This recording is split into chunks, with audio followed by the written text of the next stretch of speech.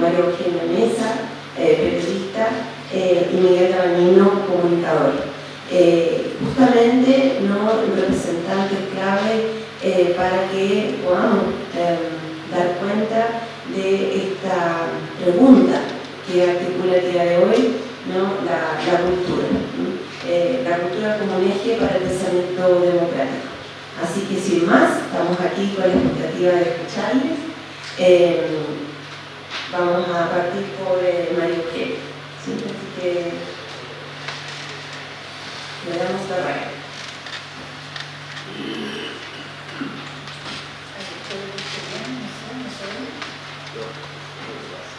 ¿Está funcionando? Sí. Hola, buenos días. Primero que nada, saludo emocionado a la Fundación y un gran agradecimiento por estar aquí presente y, sobre todo, más allá de lo personal, por el hecho de haber partido el ciclo con la cultura. La cultura suele ser, como decía Hans Erdmann en los años 70, la quinta rueda de la sociedad. Es decir, algo que puede estar escondido en la maleta del auto y que se saca a veces, y a veces cuando se saca no funciona. Y esas palabras de él, en un momento en que la cultura tuvo tanto auge, fueron premonitorias de alguna manera. Es el título de una espectacular revista cultural que hubo en los años 70 de Agustín Alcoy, que se llamaba así, que dirigía Hans, y que está aquí la colección completa de la biblioteca, así que podrían venir a echar una mirada, porque realmente vale la pena ver cómo se enfrentaba la cultura en otros tiempos con otras lógicas. Así que agradezco por las dos cosas. Y quiero partir por, decía algo que se lo preguntaba a Raúl Fernández, que la memoria, si bien la tenemos que traspasar, la memoria la tenemos nosotros los viejos, creo que estamos aquí en esta sala, ¿verdad?, que hemos vivido la época y que podemos narrarla, y que podemos sacar las lecciones que corresponden también de aquello. Y quería comenzar con una frase de Norbert Lechner y Pedro Coelho en una ponencia que hicieron en Montevideo en el año 98, que se llama Construcción Social de las Memorias en la Transición Chilena. Y ellos decían que la memoria es la herramienta con la cual la sociedad se representan los materiales, a veces fructíferos, a veces estériles, que el pasado aporta para construir el futuro. En el caso de lo que vamos a hablar, nosotros tres hoy día, y no sé si habrá tiempo para que algo sea, para que el que quiera de ustedes diga algo, lo que vamos a hacer es memoriar algo que fue muy fructífero.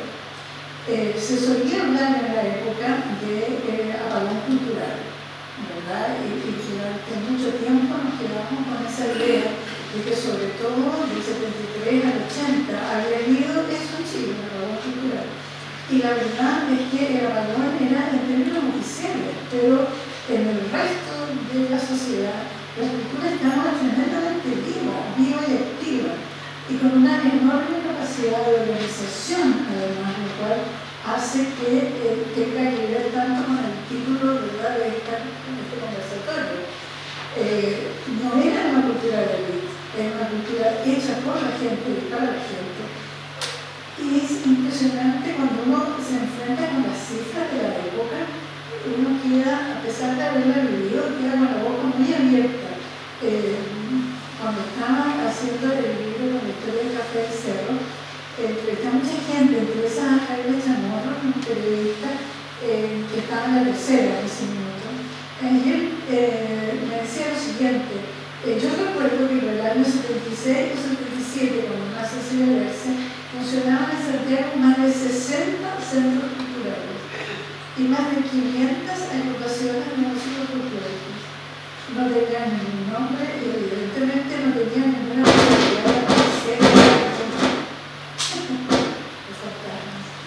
en algún medio de comunicación, igual es un poco relativo. No había más posibilidad que lo conocieran en el barrio.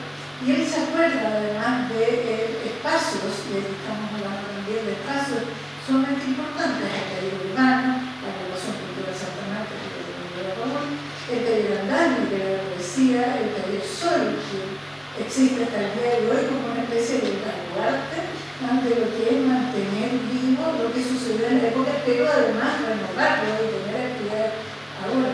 La revista Primer Liceo, el 3666.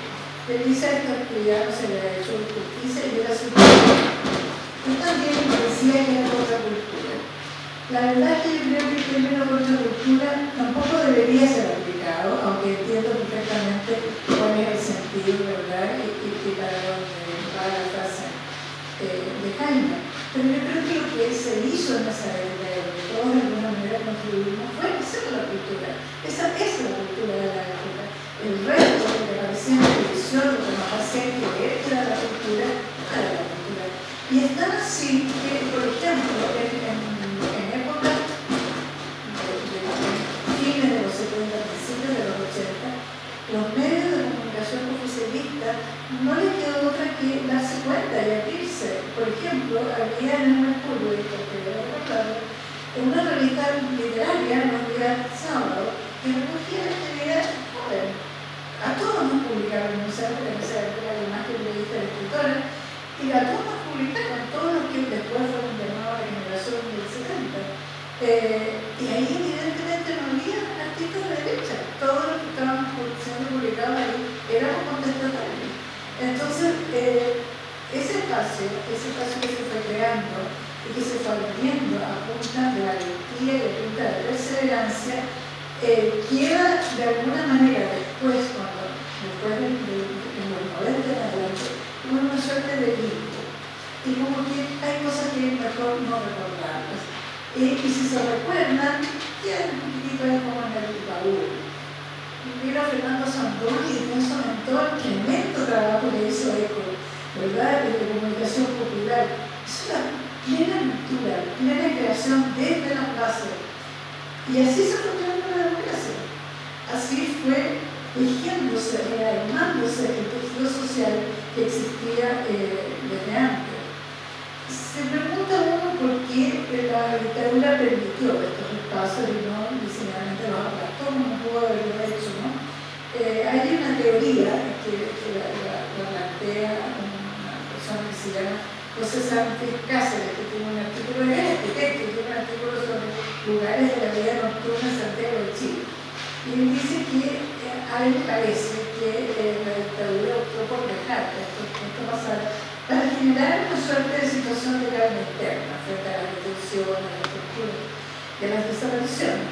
Y yo creo que también les pudo haber parecido un placebo frente a la crisis económica. No hay que olvidarse que en el 82 vivimos la crisis económica más fuerte que tenía Chile en el siglo XX, incluso superior a la crisis provocada por la guerra mundial. Y entonces yo planteo que la cultura, ¿por qué es un articulador del pensamiento democrático? Primero que nada porque invita a pensar, ¿verdad? O sea, todo hecho cultural, cuando hablamos de verdad de cultura, no de espectáculo, significa que hay una invitación a repensar la vida, a plantear qué hago yo parado frente al que vivo, frente a mis situaciones, frente al mundo, frente a la sociedad. Y eso fue en esa época muy notorio a través de la densidad de la creación. No hay música liviana en esa época creada, digamos, desde este lado. La pintura era toda una pintura que tenía que ver, que era importante y era una pintura reflexiva, que no estaba ceñida por lo que el mercado pedía. Yo recuerdo que tras una de las primeras exposiciones de Ororo, él me llama y me dice que es un problema, me dice terrible. Él había presentado un cuadro enorme que ocupaba toda la mirada de atrás de una galería. Y él me dice, me llama la revista y me dice que hay un señor que me quiere comprar el cuadro, que es un cuadro invendible en realidad, pero que lo tengo que sacar de 20 centímetros. Y yo no quiero. Bueno, ahora probablemente muchos pintores sacarían el 20% del cuadro, lamentablemente, en este mundo mercantilista en el que nos hemos metido, ¿no? Y luego la cultura despertó la esperanza. Y eso también es un valor sin el cual no hay posibilidad de avanzar. Si uno no cree que las cosas van a ser mejor, se queda así. Y ahí yo recuerdo las mañanas del radio cooperativa. La cooperativa empezaba con una canción. No sé si la recuerdan. ¿Sí? Bueno, era de Chico Buarque. Yo no entiendo por qué no se sensibilizaba en un camino de Chile. Era a pesar de eso, en su versión en castellano. Y con eso empezaba a lidiar con algo. Y luego todo esto permitía la posibilidad de organizarse. Yo creo que Jorge nos puede hablar mucho de organizaciones de esa época, ¿verdad? Y yo por nombrar alguna y no voy a nombrar las de literatura en realidad, quiero recordar lo que pasó en el periodista Jorge, que era para ir al colegio. No digo eso que el colegio no hacía cosas, el colegio hacía, pero nosotros éramos más osados probablemente que el colegio. La Asociación Gremial de los Artistas Plásticos, que también fue muy importante, la AFE, aquí está Olga Lojoca, ¿verdad? Por ahí atrás, que la AFE fueron gran parte, digamos, de lo que podemos recordar, está en las imágenes, y ellos fueron recuperando. Entonces, la democracia se crea sobre la base de la creación de espacios donde sea posible dialogar. Y aquí quiero llegar al Café del Cerro porque de alguna manera mi transitar revisando la historia del lugar, que yo reporté mucho en su momento, me hizo darme cuenta de algunas cosas que uno no veía en esas circunstancias. Una de esas, y que lo recordaba mucho de ver, es que el café no inventó nada, el café recogió todo lo que había.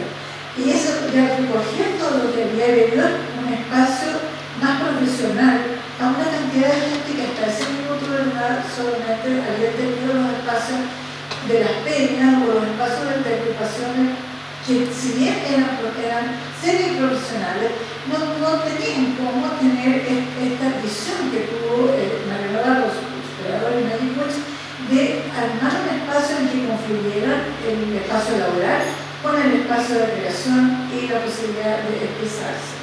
Y el café va recogiendo desde los famosos hasta los que estaban recién empezando. Rubén Mayer, por ejemplo, llega a cantar el Café del Cerro con 18 años, viniendo de Perú, él ya cantaba a menudo. Y también mucha otra gente que después se perdió, pero que iban al café y que tenían ahí un espacio, es decir, el café recoge y organiza de alguna forma una vida musical, pero también una vida teatral, una vida que tenía que ver con otros ámbitos de la cultura y le da un espacio más formal que rompe las barreras de la prensa y está, yo tengo 2 cajas llenas de reportes de prensa que me han pasado mal, que no son, yo creo que ni la mitad de lo que realmente se publicó, porque la historia, digamos, de cómo se fue guardando, esto tuvo incluso una inundación de los medios, así que se han perdido muchas cosas. Pero la prensa tuvo que recogerlo, la televisión tuvo que recogerlo. Y hay que pensar que grupos como el Grupo Lino, la Tati Peña, la Patricia Díaz, llegaron al Festival de Viña, Santiago Consumo también. Entonces se produjo una peregrinación de esto que era en algún minuto cerrado hacia espacios más masivos. Y el café fue un articulador de eso, fue el que ayudó a que estas expresiones pasaran a formatos más, valga la redundancia, formales. Entonces yo creo que así como Cristian González Farfán y Gabriela Simpsonera, y yo creo que es una cosa espantosa, porque este libro lo hicieron entre 2, y a todo el mundo se lo olvida la Gabriela. Si la Gabriela Bravo, ellos escribieron un libro maravilloso que se llama Ecos de un tiempo subterráneo, que se lo recomiendo a todos, que es la historia de las peñas, desde los comienzos en el año 74 ya había peñas, así como en el mismo año 73 se crea el teatro de magia, es decir, hubo una voluntad de expresión que fue creando las bases para la democracia. Sin cultura, en realidad, no hay democracia. Y por lo tanto yo creo que parte de lo que estamos viviendo ahora con este revival 50 años después del odio, ¿no? Y la sensación de que, ¿no?, parte de Chile no aprendió nada, es sentir que la cultura ha quedado reducida a los márgenes, por lo tanto, mucho más marginales de lo que había en dictadura, y a esta falsa cultura que tenemos en los medios de comunicación en su gran mayoría. Por lo tanto, mirar lo que nos pasó, y vuelvo a la primera frase de no volver, hay que mirar estos materiales ficticios y hay que ver qué lecciones podemos sacar 50 años después para recuperar ese espíritu que de alguna manera el desgaste tal vez también nos ha ido haciendo.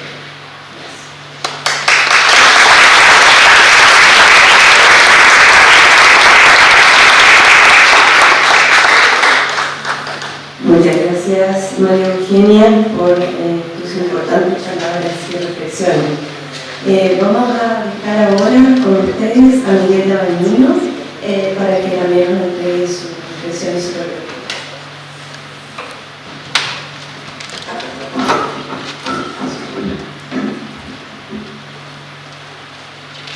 Bueno, muchas gracias a la Fundación Salvador Allende por esta invitación, a la Universidad de Chile y a la Biblioteca por acogernos en este lugar, en Cera, y a Daniela, que está bien aquí, está mejor preparada para esta ocasión.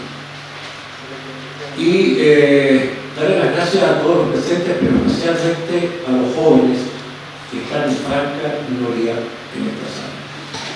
Y ahí tenemos la responsabilidad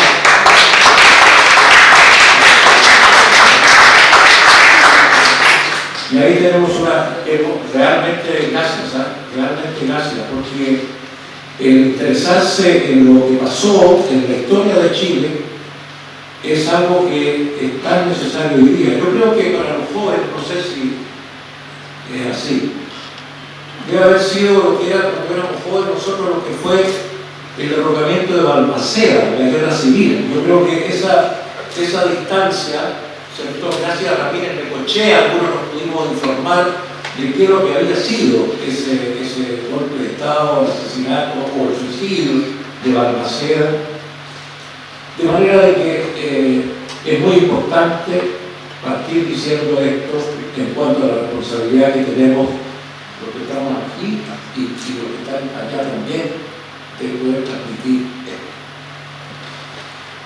La María Eugenia hablaba de la quinta rueda, que era la rueda de repuesto del auto, ¿no?, que se usa cuando alguna de las otras no anda bien o se echa a perder definitivamente, y entonces la cultura, que era la quinta rueda, o que sigue siendo, se usaba para resolver algunos de los problemas que en la política existían. Era una crítica contra el propio gobierno de la Unión Popular, ¿no?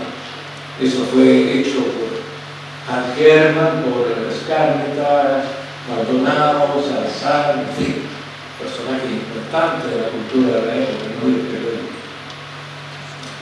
Y a propósito de la quinta rueda, lo que sucede en relación a la gente que trabaja en el medio de la cultura es que tiene una mirada holística, una mirada total de lo que está pasando en el país, no solo relacionado con su quehacer estrictamente artístico, cultural.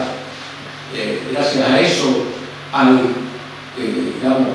obras en diferentes disciplinas del arte que nos permitían incluso conocer lo que podía venir, ¿no? Neruda hablaba del Vietnam silencioso a propósito de Chile antes del golpe. Entonces yo quiero aprovechar ese ejemplo que nos dan los artistas y meternos un poco en el contexto antes de entrar al terreno más químicamente puro, si se quiere. Estamos viviendo lo que podríamos calificar como la cultura del miedo, ¿no? Y esto es sin duda algo que nos afecta a todos.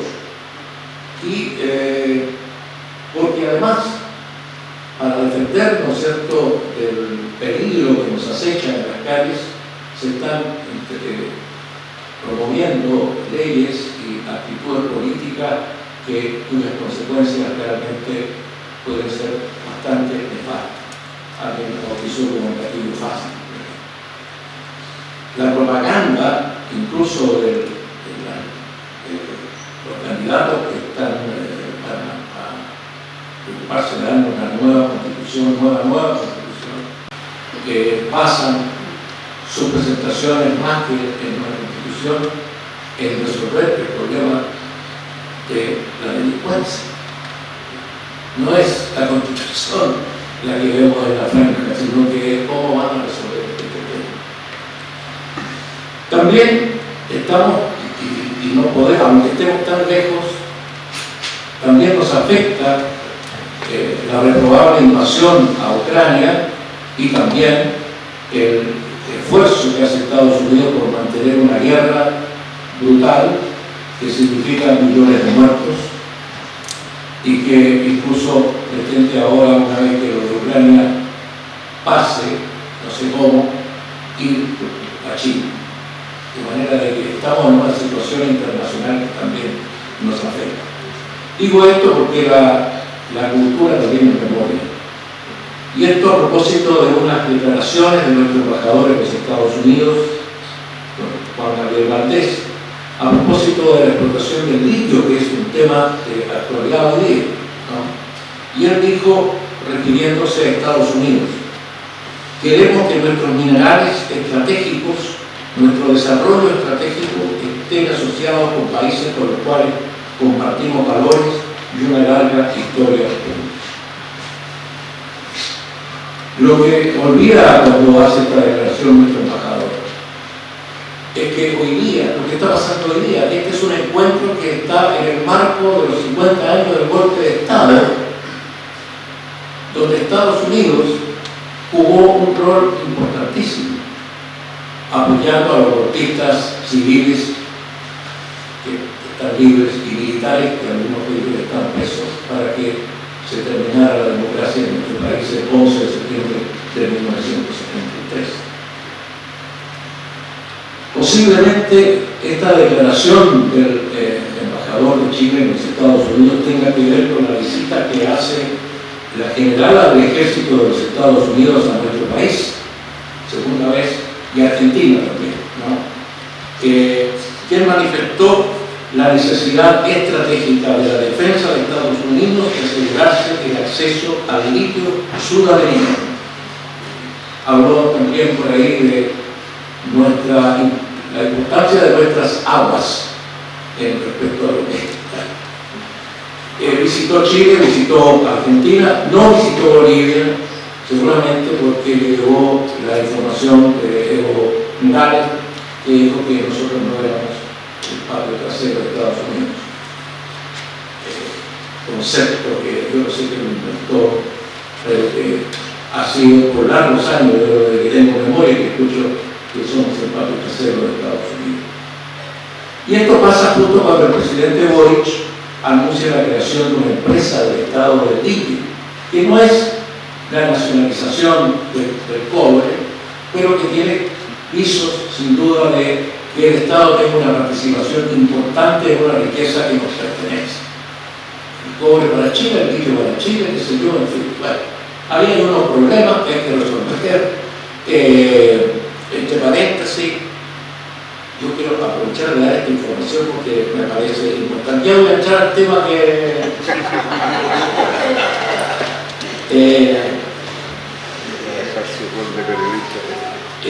estamos a cuánto de día? A 26.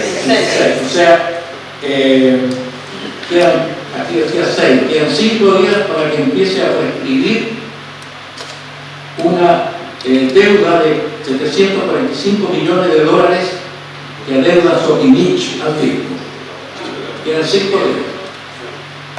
Tiene que ver con el tema del fisco. Bueno, en este contexto es que se hace este pueblo. ¿Y qué tenemos que decir la gente que más o menos estamos ligados a las manifestaciones de la cultura? Hay que decir primero que en Chile no hay una cultura, hay varias culturas, ¿cierto? tiene que ver con la situación geográfica, el lugar donde se nace. La cultura mapuche le ha permitido a ese pueblo sobrevivir a sus enemigos, los españoles primero, los chilenos después, y habernos incluso permitido, a pesar de la discriminación, conocer y disparar un poco esa sabiduría ancestral en relación, por ejemplo, al medio ambiente, de la que deberíamos aprender, porque ellos están más preocupados, ¿cierto?, del medio ambiente, sobre todo en la situación que se está viviendo hoy día en el mundo, respecto del avance del nuevo, de las minas de carbón que se abren, porque la guerra, etcétera, etcétera, etcétera. Yo creo que bajar de lo que es la gran palabra de la cultura, dos aspectos que son la educación y el arte, que son, a mi juicio, junto a otros, los ejes articuladores del pensamiento y los valores democráticos. Gabriela Mistral, que tiene una exposición maravillosa que hay que ir a ver, ejerce ambas cosas. No solo enseña en el aula, sino que además escribe e indica la labor, cómo tienen que actuar los profesores con sus alumnos, ¿no? Ella trabaja esa línea con mucha atención. Ahí está detallado en esta exposición lo que significó para México su participación invitada por el gobierno mexicano a desarrollar políticas educacionales en México.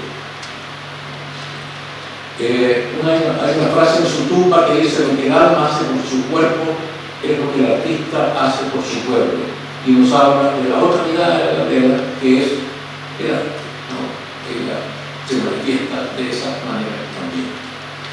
Y se mete en lo político, lo menos conocido tal vez, ¿no? Es una activa escritora respecto del tema del feminismo. Ella llama a la organización de las mujeres en la vida política y pública, y además nos hace un llamado para mirarnos como continente o subcontinente, como se dice, latinoamericano. Ella llama a los jóvenes chilenos a ir a Nicaragua y a alistarse en el ejército loco del general Sandino, que luchaba contra la invasión de Estados Unidos en Nicaragua. Esta es Gabriela Mistral, ¿no? Nuestra poeta. ¿Y por qué Gabriela Mistral? Bueno, tenemos la fuerte y benéfica erupción del feminismo, que son mucho más, pero significa poner término a 2000 años de patriarcado, ¿cierto?, en el mundo. Es un fenómeno interesantísimo que sucede con la irrupción de la mujer cada vez más en la actividad política, social, etc. Incluso empieza a ser conocido un hecho de que se llama, no sé si ustedes han oído hablar de Lili, que es la primera mujer y no Eva. Empieza a hacerse conocido esto, pero ¿qué significa? Porque no es un problema de nombre, sino que es que Lili, según estos textos religiosos, fue hecha del mismo árbol que Adán, o sea, eran pares, a diferencia de Eva, que fue hecha de la costilla de Adán. Por lo tanto, no eran pares, ¿no? Estaba bajo Adán, Lili, no. Bueno, yo creo que Gabriela Mistral ha sido la vamos conociendo cada vez más, ha sido una gran impulsora de estos elementos en nuestro país que tienen que ver con nuestra cultura. Yo diría que habría que agregar, tal vez, tomando el tema de educación, esa frase del educador brasileño Paulo Freire, que dice que la educación no va a cambiar el mundo, pero sí a las personas que van a cambiar el mundo. Estamos en deuda con la educación en Chile, ¿no? Éramos más pobres y teníamos una mejor educación pública y una superior gratuita. Tenemos que lograr que la educación sea uno de los ejes articuladores del pensamiento democrático.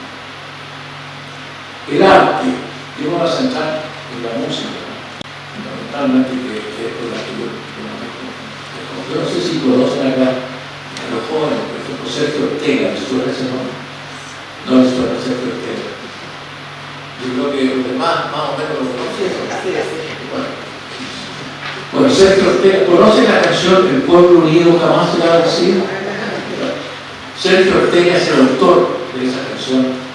Y en Chile se conoce el pueblo unido, y en el mundo, pero el nombre de Sergio Ortega, poquito, ¿no?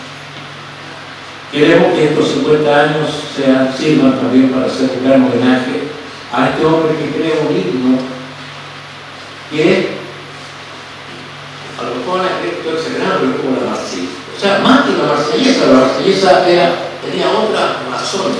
En cambio, el pueblo unido es un llamado, precisamente, conoce la letra, ¿no? Es un llamado a la unidad y a entender que esa unidad es la que hace posible o hará posible que algún día los sueños del pueblo se hagan realidad. Bueno, Sergio Ortega es un músico docto, era un músico docto, trabajó con Neruda, Fulgor y Muerte de Joaquín Murieta, que es la única obra del género que tiene Neruda. Luis Alvis, ¿conocen a Luis Alvis? No. Luis Alvis es el autor de una obra que se llama La Cantata Santa María de Iquique. ¿La conocen? No. Les recomiendo que la escuchen, porque eso tiene que ver precisamente con la lucha de este pueblo. Y Cantata Santa María de Iquique. Quiero contar una anécdota un poco graciosa. Yo tenía una función en el Sello Licap, la discoteca del Cantante Popular, y había un argentino, Domingo Llorio, que él en Argentina estaba loco por la Cantata Santa María de Iquique. Estaba en dictadura en Argentina, gobierno de la Unidad Popular. Y entonces él venía y sabía que la cantata, que había descubierto que la cantata era brillo y plata entre los argentinos, pero era clandestina la cosa. Entonces compraba una enorme cantidad de discos, era el mejor cliente de Licap, porque compraba una gran cantidad de discos. ¿Y cómo los pasaba? Porque decía que era una cantata preciosa, porque era la Santa María de Iquique. Bueno, esta es la escuela Santa María de Iquique, donde murieron miles de vampiros, trabajadores de salida. Luis Alvis hizo la pega de los historiadores. Y uno de los historiadores chilenos que, yo no sé si lo mencionó alguna vez este hecho, criticó a Luis Alvis porque la cantidad de muertos que la Cantata Santa María de Iquique dice no es tal, eran menos. ¿Ah? Entonces, sin embargo, Chile, o la gran mayoría de los chilenos de la época, conoció lo que allí sucedía gracias a una obra musical, al arte de la música, al compositor y a quienes lo interpretaron en ese tiempo, Irabalún, Tilimán, etc. Hoy, la orquesta del Teatro de León de París, Giovanni Bonazzoli, creo que se llama un italiano que hace jazz en Italia, en Irán, en todos los idiomas. En estos días los trabajadores franceses están cantando en medio de su protesta por las jubilaciones que han aumentado el presidente Macron. Las obras de la Violeta Parra. ¿Conocen a la Violeta? Sí, es más popular ya, ¿no? La conocemos porque sus canciones nos llegan, la radio la tocan gracias a la vida, qué sé yo, en fin. Pero la Violeta fue quien nos mostró cómo vive, dice ella, vive mejor el caracol en su concha que el obrero acá en La Pampa, o sea, o todo en ese tiempo. Esta es la Violeta Parra, que sabía de su pueblo porque era parte de ese pueblo y tenía ese talento maravilloso de transformar los conocimientos que fue adquiriendo en su investigación para transformarla en su creación también y contarnos, devolvernos, ¿cierto?, la realidad de nuestro pueblo. La Casa de Moneda va a cumplir 280 años y hay un concurso, ya saben. Entonces, el concurso, no sé si era para hacer un billete nuevo, ¿no? Es un billete nuevo. Bueno, el concurso es que tres mujeres, digamos, ponen tres mujeres una vez más. La Casa de Moneda elige las mujeres, o sea, nosotros no tenemos, a lo mejor habíamos puesto a otras mujeres nosotros, pero en fin, esa es parte de la historia también. Entonces, la Casa de Moneda pone a tres mujeres, una de ellas se llama Margot Duarte, que fue la primera mujer chilena militar, aviadora, pero ella participó en la Segunda Guerra Mundial, haciendo transporte. Es importante el dato de que ella es civil. Es civil. Sí. Bueno. Ella fue voluntariamente a participar en la Segunda Guerra con los aliados. Y Francia le da la posibilidad de pilotar aviones de guerra. Pero ella es civil. Gracias.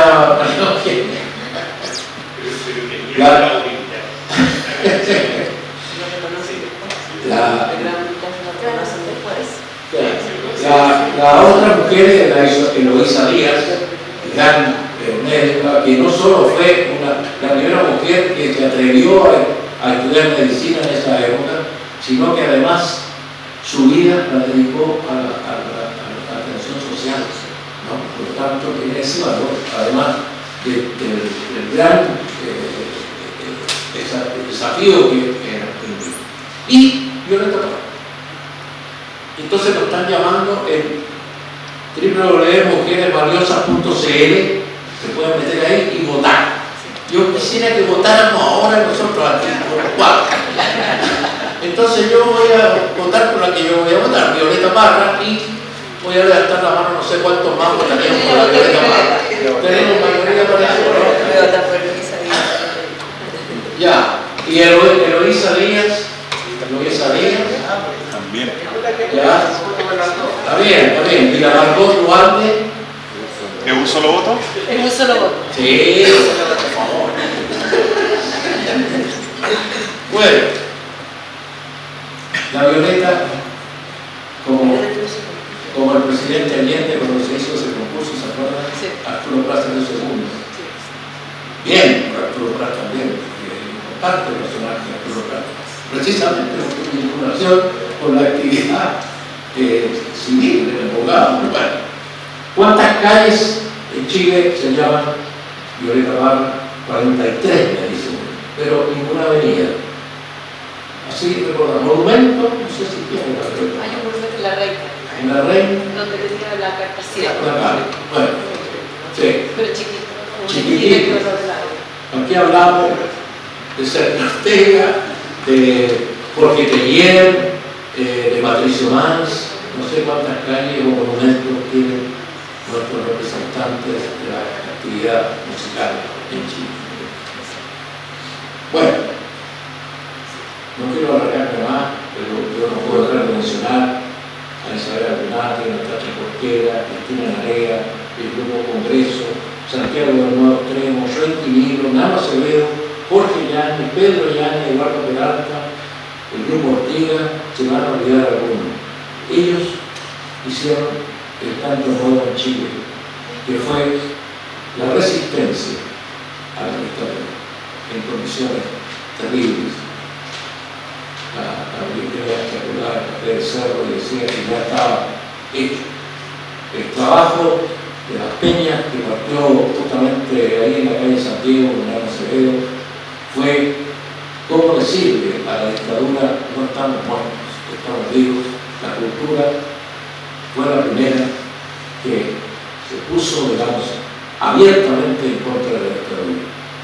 Nosotros hacíamos unos recitales en el teatro ahí en Santiago, Cariola.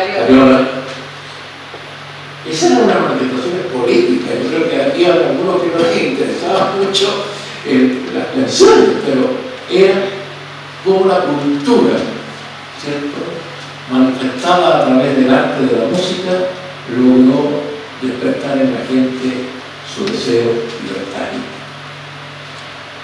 Bueno, la música y todas las demás artes son manifestaciones de la cultura.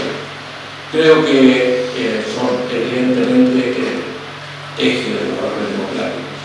Hay que cuidarlos, hay que fortalecerlos. La cultura es la identidad de quienes somos, nos reconocemos. Más allá de como chilenos, nos reconocemos como seres humanos, como participantes de una manera de pensar en un país que se empieza a diversificar.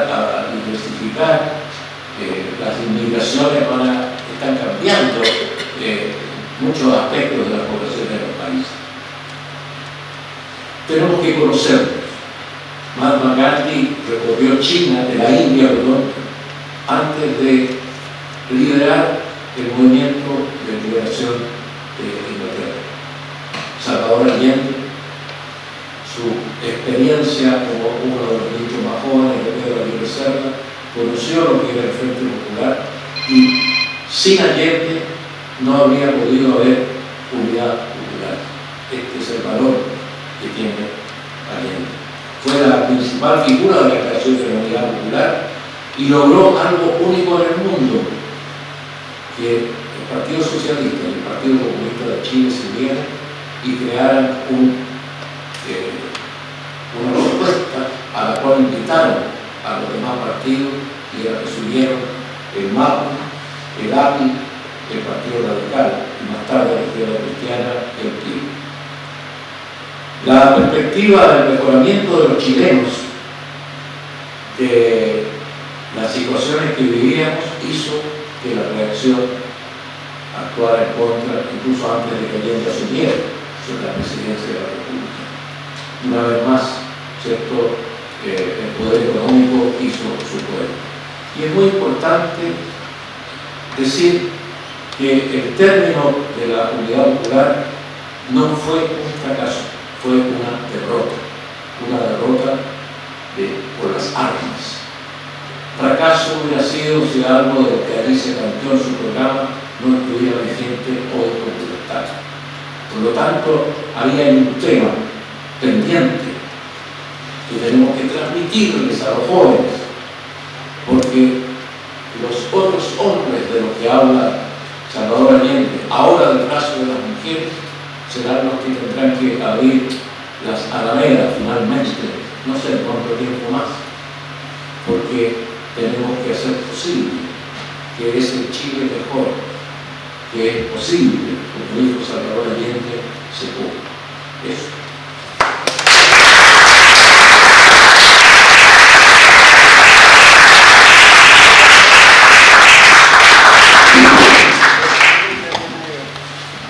Muchas gracias por sus palabras, Miguel.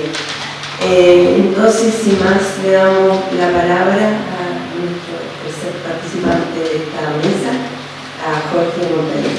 Bueno, muchas gracias.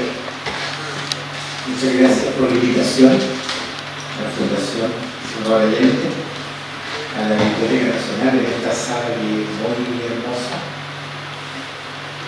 y a la Universidad de Chile. Me siento feliz de compartir la mesa con ustedes, con Miguel, con la Eugenia, ¿cierto?, que hemos compartido en otros momentos, pero en muchos momentos tan solemnes como estos. Cuando leí la invitación, decía que el título es La cultura como eje articulador del pensamiento democrático. Puta, dije, qué difícil. Habría que hacer una ponencia, un perito sobre eso. Me empezó a quedar grande el título, ¿no? La cultura como eje articulador del pensamiento democrático.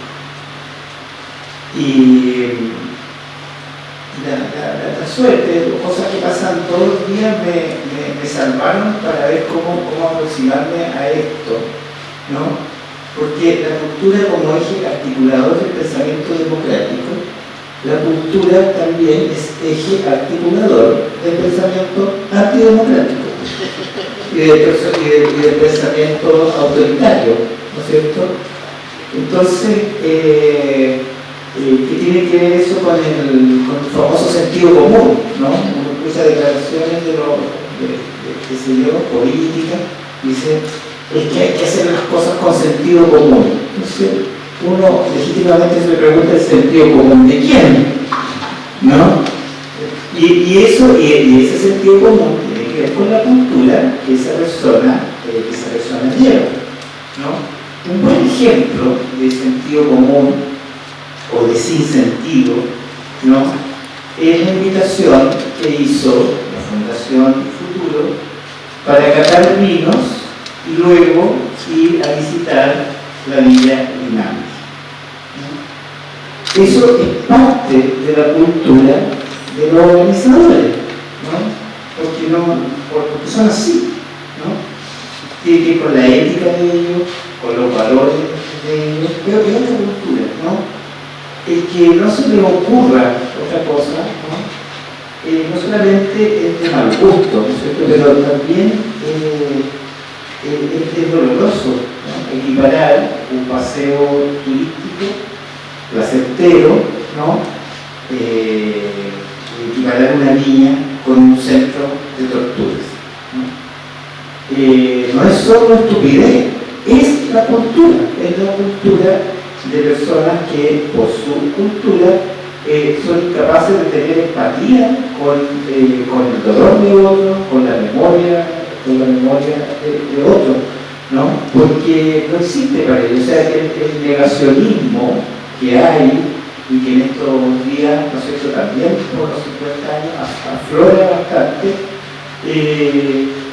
tiene que ver con eso. No me hablen de nuevo de cosas que no tienen que ver conmigo, y ese no tiene que ver conmigo, no tiene que ver con lo que a mí me interesa, no tiene que ver con mi cultura. Entonces, la cultura es eje articulador, ¿no es cierto?, de pensamientos democráticos, pero también de otros pensamientos que no son tan democráticos. Y nosotros, Miguel decía, nosotros fuimos derrotados. Claro, y la gran derrota es cultural, o sea, viniendo de un impulso por una cultura comunitaria, socialista, solidaria, ¿no es cierto? Nos gana, pero lejos, la cultura del individualismo, del egoísmo, ¿no es cierto? Con mi plata no, con mi plata no. Entonces, y eso es la disputa cultural, ¿no? Entonces, ese ejemplo, ¿no? de visitar, de ir a una cata de vino y después vamos a ver dónde torturar a la gente, ¿no? Me salvó para ver cómo aproximarme a este tema, ¿no? Y bueno, yo creo que, o sea, en mi caso me gusta hacer una distinción entre la memoria del horror, ¿no? La memoria de los crímenes, la memoria de las situaciones más oscuras que vivimos o de las cuales fuimos testigos, ¿no? Con la memoria de la sobrevivencia y la memoria de la resiliencia, incluso con la memoria de la felicidad que se hace todo, ¿ya? Hago esa distinción y encontré por ahí, cuando digo encontré, no es que yo descubra, sino que son cosas que están ahí, pero para decirlo de cierta manera, dos monumentos que de alguna manera ilustran las dos memorias, la memoria del horror y la memoria de la sobrevivencia. Y uno de los monumentos, le llamo yo, es, para la niña joven que Miguel la tomó un poco, le hizo un interrogatorio. Uno de los monumentos, ¿no?, es un pedacito de papel que tiene una melodía escrita con un patito de fósforo quemado, ¿no? Y lo escribió Jorge Peñajén, que fue un director de orquesta, que organizó orquestas infantiles y juveniles, ¿no? Lo tomaron preso después del 11 y sin ningún juicio, ¿no? Fue asesinado por los militares en la Serena. Y poco antes de esa ejecución, él escribió música con un palito de fósforo, ¿no? Y para mí ese pedacito de papel con esa melodía es un monumento. Eso debería ser monumento nacional, debería tener ese estatus, ¿ya? Y el otro monumento es el poema que escribió Víctor Jara en el Estadio Chile, que ya se llama Estadio Víctor Jara, de Justicia, en buena hora, ¿no? Un poema, probablemente una canción, no sabemos si también fue una canción, ¿no? ¿Por qué estos dos monumentos? Porque en ellos de alguna manera se ilustra el horror que se vivió, o sea, los asesinatos, ellos murieron, los asesinaron a los dos. Los torturaron, los asesinaron, o sea, ahí está. Toda la memoria del horror se puede ilustrar con los casos de dos artistas, de Jorge Peña y Víctor Jara. Pero también se puede ilustrar esa capacidad, ¿no? De resiliencia, llamo yo, ¿no? De la persona, en este caso los artistas, que en la peor situación, que en una situación límite, escriben música, hacen música y escriben poesía. ¿Ya? Y es decir, ahí está la sobrevivencia de personas que murieron físicamente, pero está la sobrevivencia a través del arte, ¿no? Entonces, me parece que esas dos memorias, en este caso, en estos 50 años, son memorias que valen mucho la pena, y no digo la pena por casualidad, como solamente frase hecha, es la pena, ¿no? Que hay que pensarla, ¿no? Hay que pensar esas dos memorias. Como que no nos podemos quedar con una sola. No es sano vivir solamente con la memoria del horror, con la tortura en la cabeza. No es sano, pero no hay que olvidarlo, ¿no? Pero tampoco corresponde para ser más heroico, para ponerte más no sé, para marcar más la dictadura, omitir los momentos de creación, de creatividad, de fraternidad, etc. Ahora, yo ahora quiero seguir ilustrando esto con un grupo de gente común y corriente que estuvo presa, ¿no? Yo estoy escribiendo sobre el campo de prisioneros de Chacabuco, para variar, y sobre el tema de la resiliencia comunitaria, y revisando mis cachureos, ¿no? Y voy a terminar luego, no me alargar. Revisando mis cachureos, reconozco ahí lo que yo le llamo juguetonamente las 7 maravillas, que mi papá habla de las 7 maravillas del mundo, ¿no? Las 7 maravillas de Chacabuco, ¿no? Y las enumero con una pequeña descripción para no dar por sabido, porque tampoco es bueno dar por sabido las cosas, ¿no es cierto? Porque no siempre todos sabemos todo. Pero antes de eso, a propósito de estos dos monumentos de la música de Jorge Peña y del poema de Víctor Jara, me acordé de que lo traía a colación Miguel, de Violeta Parra. Hay un verso de Violeta Parra que está dentro de la décima que ilustra muy bien esto. Ella dice, lo que fue vino hoy es tinta, lo que fue piel hoy es paño. Es decir, lo que fue vino, la vida normal, la vida cotidiana, qué sé yo, hoy día es tinta, son escritos, son manuscritos, son las décimas escritas por Violeta Parra. Ella dejó esa obra, ¿no? Ya no es vino, ya no es la vida cotidiana, pero sobrevive la obra. Y lo que fue piel, o sea, la sensualidad, el tacto, todo lo que nosotros sabemos que implica la piel, hoy es paño y chaño, dice en uno de sus manuscritos. Es decir, podríamos decir que son las arpilleras, las cosas que pintó Tela, qué sé yo. O sea, a esa vida también cotidiana le sobrevive la obra, ¿no? Y eso pasa con Jorge Peña y con Víctor Jara y con otros. En esto siempre son ejemplos más bien emblemáticos, porque hay mucha gente detrás y algunos que nunca se supo su nombre, ¿no? Yo siempre me acuerdo de Luis Jiménez, dibujante del Cabro Chico, que está desaparecido, por ejemplo, pero la lista sabemos que es larga. Entonces, pensando en estas 7 maravillas de Chacabuco, esto de hablar de maravillas de un campo prisionero es como hablar de cautiverio feliz, ¿no? Pero yo, en fin, prefiero hablar de eso y quiero ahí que me entiendan. Una de las primeras maravillas se llama el Consejo de Ancianos, a propósito de la cultura. O sea, nosotros llegamos a la presión política con una cultura de organización.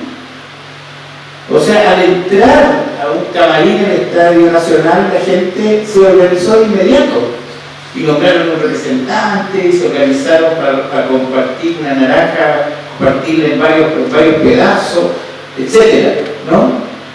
Para repartir la comida, apareció la brigada del rancho, no sé.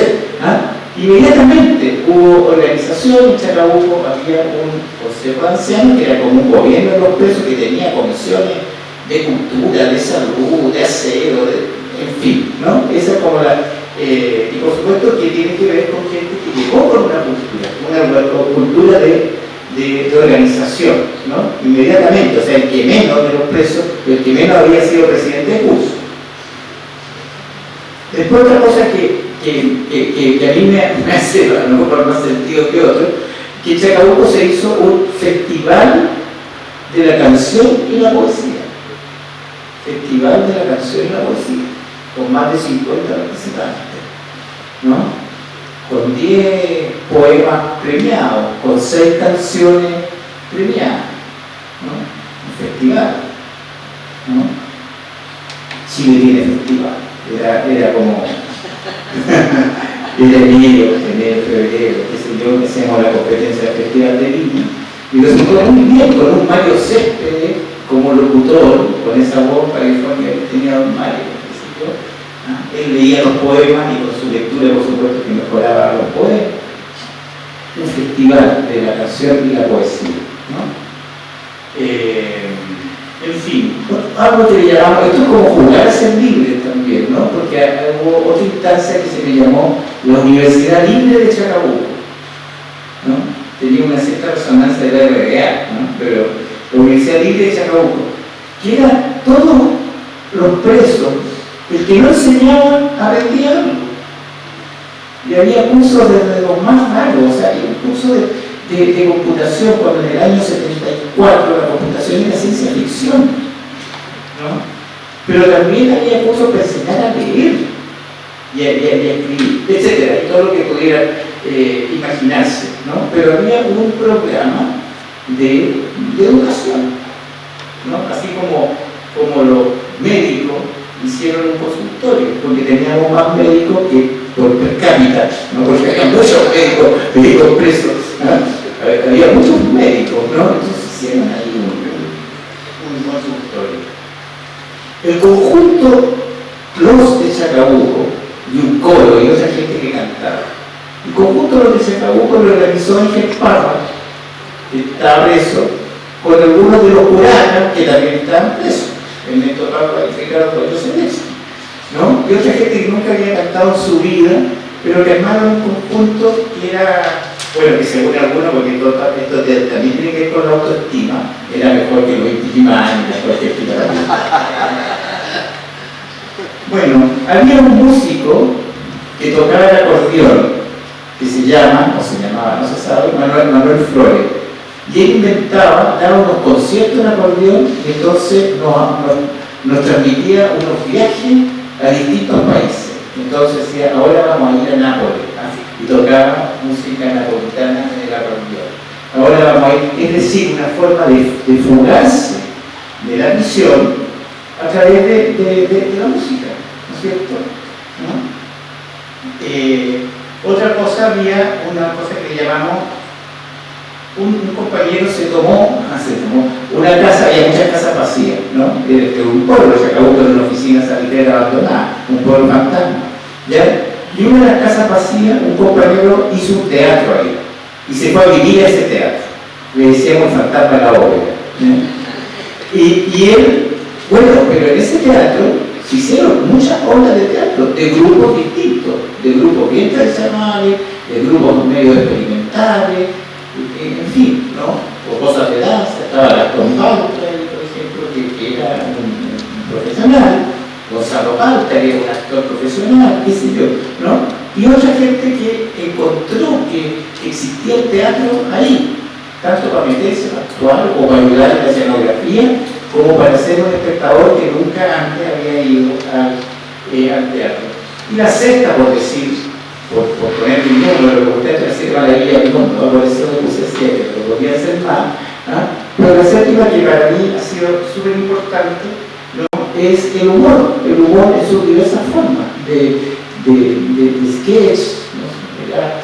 y del humor en la vida cotidiana, ¿ah? La autoironía, del mejor reírnos de la desgracia propia, ¿no?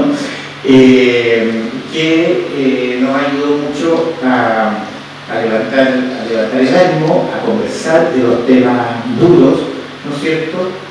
Y a tener una convivencia democrática. Y todo eso que terminó, tiene que ver con la cultura. O sea, ¿por qué? Porque teníamos un acervo, había ahí en nosotros un acervo sociocultural compartido. Todos habíamos escuchado la cantata Santa María de Iquique. Más aún, creíamos que estábamos adentro de la cantata Santa María de Iquique en la oficina de San Miguel, ¿no? Y heredamos toda la historia del movimiento obrero, en parte nos sentíamos eso, ¿no?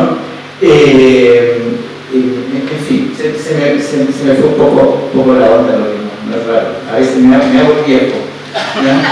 Y entonces el humor decía lo último, lo último, pero que estaba en la cotidianidad. Entonces teníamos este acervo sociocultural compartido, que le llamo, es que muchos habían leído o tenían noticias del boom latinoamericano en literatura, sabían más o menos quién era Cortázar, habían escuchado la cantata Santa María, conocían al movimiento de la nueva canción chilena, habían juntado bonito con la cara de Miguel Cabañino a pegarle un álbum que hacían, yo lo hice, era capaz de cambiar Miguel Cabañino por un traumata a veces, pero bueno, te pido disculpas públicas.